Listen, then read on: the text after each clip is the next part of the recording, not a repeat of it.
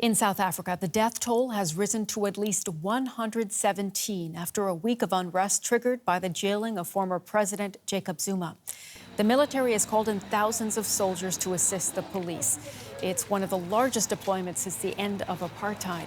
In some areas, the violence has subsided, including Johannesburg, allowing the cleanup to start. But the southeastern province of KwaZulu-Natal, which is Jacob Zuma's home province, remains volatile.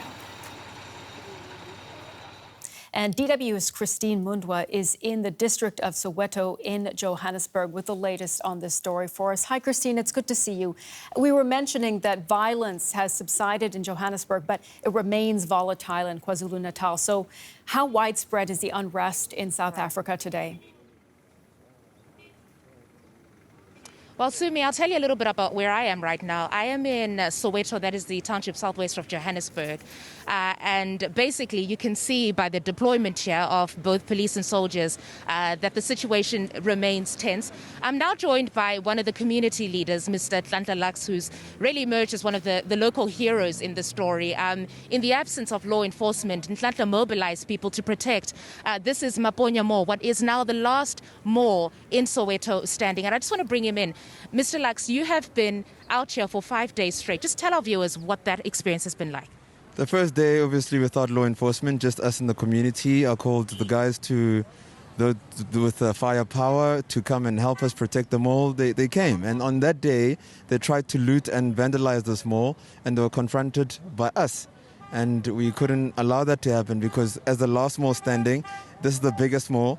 It employs the most people around Soweto as we speak right now. So, I mean, if we just going to remain bystanders and take a back seat and look at external forces infiltrating our township and we do nothing about it, that would say so much about us. So we took a stance, and that led us into shootouts. We ended up shooting at each other with these guys, but we won that battle because they retreated, they left. But the second night, they tried again. And luckily that night we were with SAPS, and it was they got a bit shifted. And the third night, the military came, and the firepower became triple, and it was a different story. They knew that they couldn't take chances. Mr. Lux, we talked about the fact that this is the last mall standing. Just talk to us about the damage that's been done to Soweto. The damage is incredible because the looting, as a consequence, we have a serious food security crisis in Soweto. People can't buy food anyway. The ATMs are all looted. People can't withdraw money. We have got grannies that are on chronic medication that need food before they eat their medication. Now, what are we saying to them? They must continue eating the medication without having anything to eat. We're literally saying, dig your grave. In KwaZulu-Natal, that is the other affected province, you now have an outbreak of intercommunal violence. Have you seen anything like that happening here? It hasn't started, but what I know is because what's been happening in Natal has influenced what's happening here.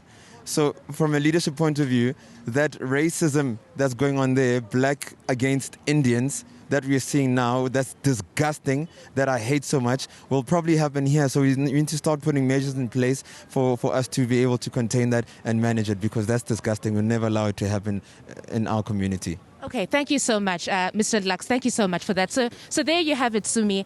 Absolutely, a place like this remains on high alert because it appears that while there isn't any looting, there are people trying to penetrate this mall, make way, and of course, the masses, when they see an opportunity to come and take, will probably do that. So there is a big contingency here. Now we see police and soldiers assisting people like Nhlanhla and ordinary members of the community who are armed, by the way, who've said that they're not going to allow this mall to be taken down.